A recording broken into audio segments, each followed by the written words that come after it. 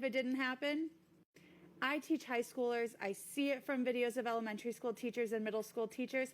I don't know when, as a society, we're going to wake up and say, our system is failing. 好多人都意识到美国的教育出现结构性的问题。在我频道里面提到过的 Elon Musk 和 Jordan Peterson， 他们都认为基本已经到了礼崩乐坏的阶段，不能小修小补了，得推倒重来。上个月的教育部长出来放话，基本上也是承认教育这块是美国人民关注的重大问题。美国的教育经费可谓是全球第一，只是花了最多的钱，办了最少的事情。教育质量和孩子的读写能力都全球垫底了，所以联邦教育部打算不管了，把教育权下放给州和学区。因为第一线面对学生和真正能提升教育质量的是学区的老师和学校。我们来听一下在水深火热中的美国老师都是怎么说的吧。 I'm a high school teacher. It is 4 weeks into the school year with students, and I am at my limit already.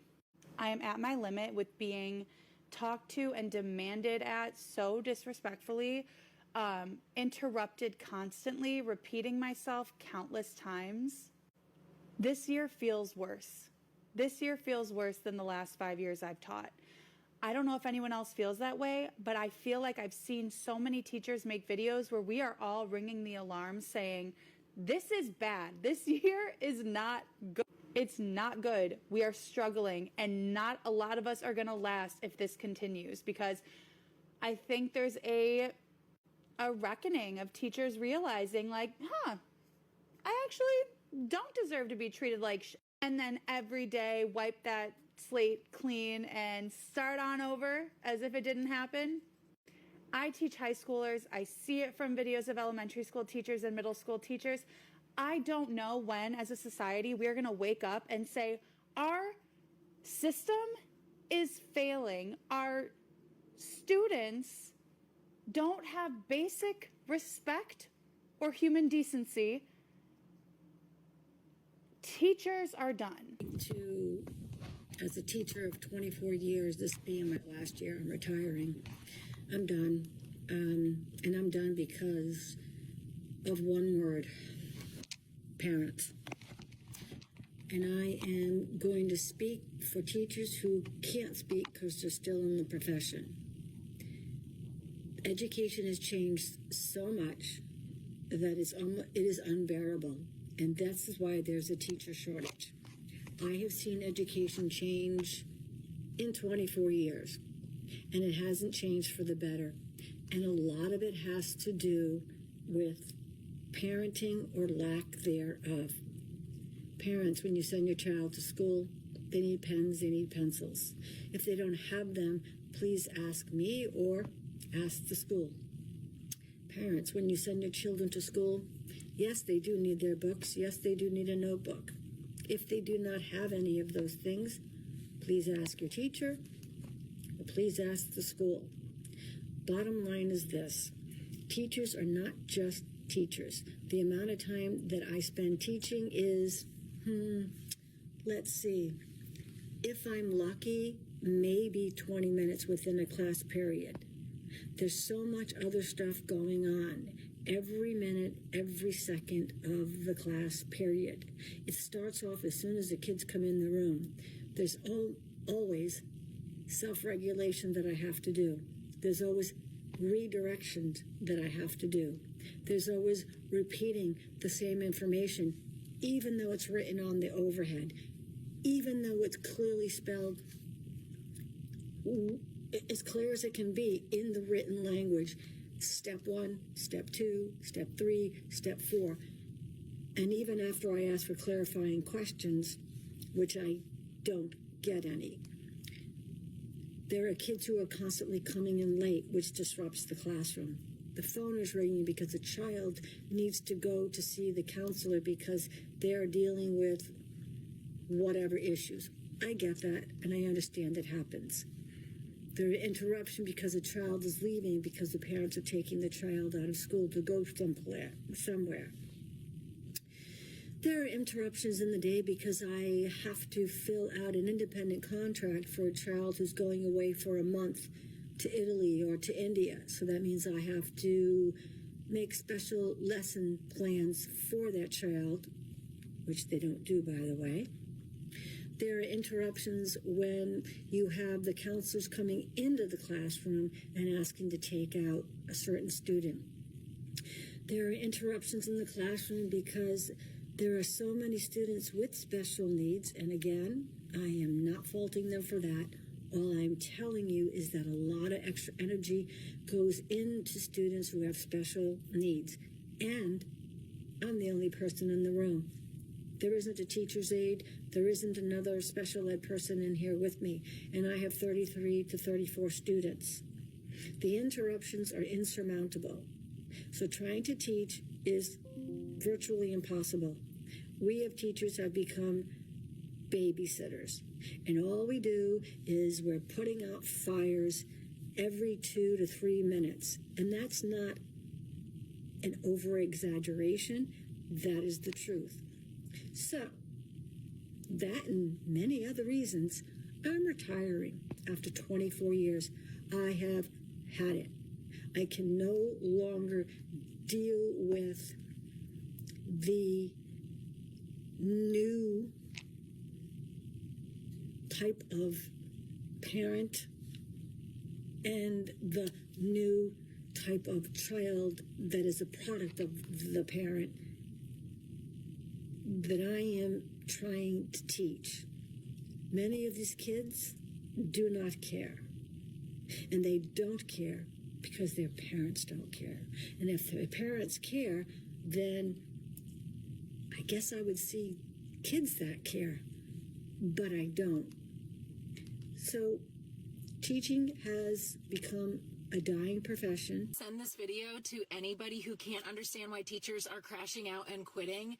I mean, they get their summers off, so like, what do they really have to complain about? I have brought visual aids. Here we go. So everything I show you on this green clipboard is going to represent when I started teaching in 2005, and everything on this red clipboard is 2025. I did not teach the full 20 years. I took 7 years off because I had children and my husband's in the military. We moved a lot. Here we go. These are actual seating charts that I found as I was cleaning out my desk today. So this represents the year 2005, and this is how many of my students are reading on grade level. Everything in blue, so 1.5 students out of like a group are struggling readers, but pretty much everybody's reading at least on level, some even higher, okay? 2025. How many of my students are reading on grade level? Okay, this next is an average of how many of my students failed my class. Like they are going to have to repeat this. There's no recovering. They failed. This is 2005. 0.5 student out of all of my students.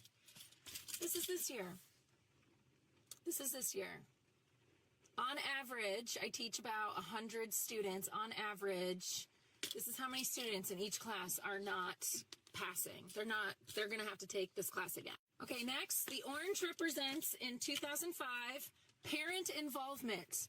I always had parents either in my inbox asking about lessons, volunteering for field trips, or anything that we needed for our classroom, volunteering supplies. 2005, 2025. Where are the parents that are supposed to be involved in their school? Behavior issues. Students in 2005 that I had to like write up on referrals, call home, maybe have parent-teacher conferences for poor behavior. Out of a whole classroom, there was always like at least one bad apple, okay? 2025. Put your cell phone away. Why are you showing up to my class 15 minutes late? Don't talk to me like that. Don't call them the N-word. You know, if there's anything that being a teacher has taught me, it's analyzing data and trends. And I just don't like the current trends. So that is why you are seeing teachers leaving like in a mass exodus, just in droves, exiting the classroom this year. And everybody wants to blame COVID. That's a small part of it. Most of it has to do with parenting, screen time. You put a cell phone in the hands of a small child and just give them unfettered access to the internet. Do you think they care about what's going on in my class? Do you honestly believe that these teachers are quitting their job 2 weeks into the school year because they're not getting paid enough, or because the politics that they're dealing with from outside of the classroom is too much to handle? No, that's not the reason. The reason why they're quitting is because these kids are mean, and they're making the classroom a war zone, and they're getting zero support from parents at home and from admin on their campus. This 100% stems from the stuff that they have to deal with day in and day out from 8 a.m. to 3 p.m. inside their classroom. It's the stuff that you have to deal with inside your classroom that makes you burn out and makes you never want to come back. I understand that so many of our kids are dealing with rough lives at home and are dealing with trauma, dealing with mental illness, dealing with learning disabilities. All of those things make it difficult to thrive in school, and I understand that. But the problem is that all of those things are no reason to treat other human beings like a piece of garbage. Regardless of your opinion of teachers, most teachers that I know wake up every single day excited to teach whatever lesson that they've spent hours planning and creating, and they want to have a meaningful experience with the students in their classroom. They want to have a good day. And I know, speaking for myself, I woke up every day praying that it was going to be a good day, praying that the kids that I had that day were going to be as excited about the content that I was ready to present as much as I was. And most days, that is not what I got met with. On the daily, teachers are getting cussed out, spit on, hit, flipped off. Their equipment is getting broken and stolen.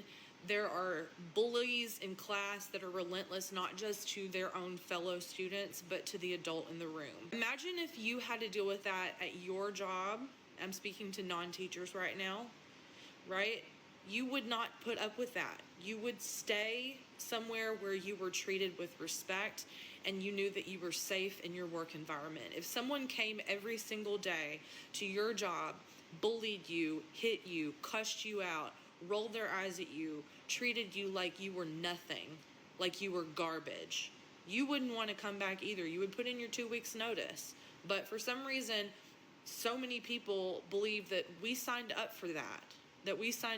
Because that's a part of teaching, and that's just how kids are. I made the decision not to return to the classroom this year, and I haven't been in a classroom for months now, and I still have nightmares, trauma nightmares, on a weekly basis about my former classroom and my former students. And yes, it is a parent and an admin problem just as much as it is a kid problem.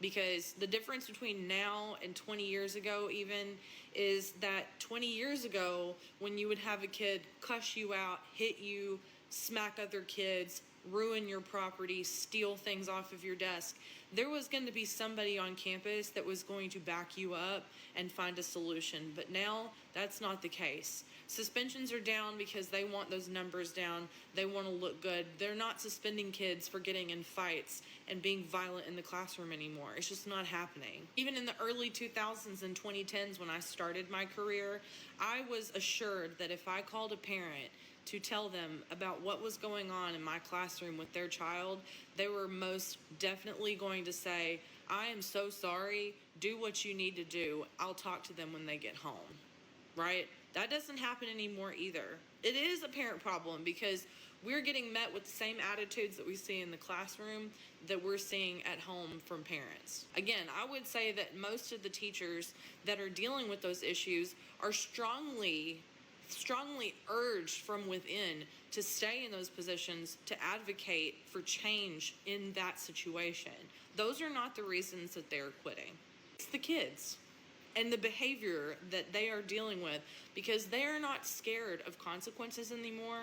In fact, if something happens in the classroom, a group of kids is more likely to pull out their phone and start recording it and laughing instead of helping the situation. I know the last thing most people want to hear is a teacher saying that kids are the problem, But what else are we supposed to do? How else are we supposed to tackle this situation? Behavior issues are at an all-time high right now. And nobody wants to admit it, because then that's saying that, oh, those poor little darlings, you know, they're suffering out there in a world that's chaos. What are they supposed to do? You know, you're supposed to love them through it. We are asked to deal with so much abuse on a daily basis. And because they are children, somehow it's okay.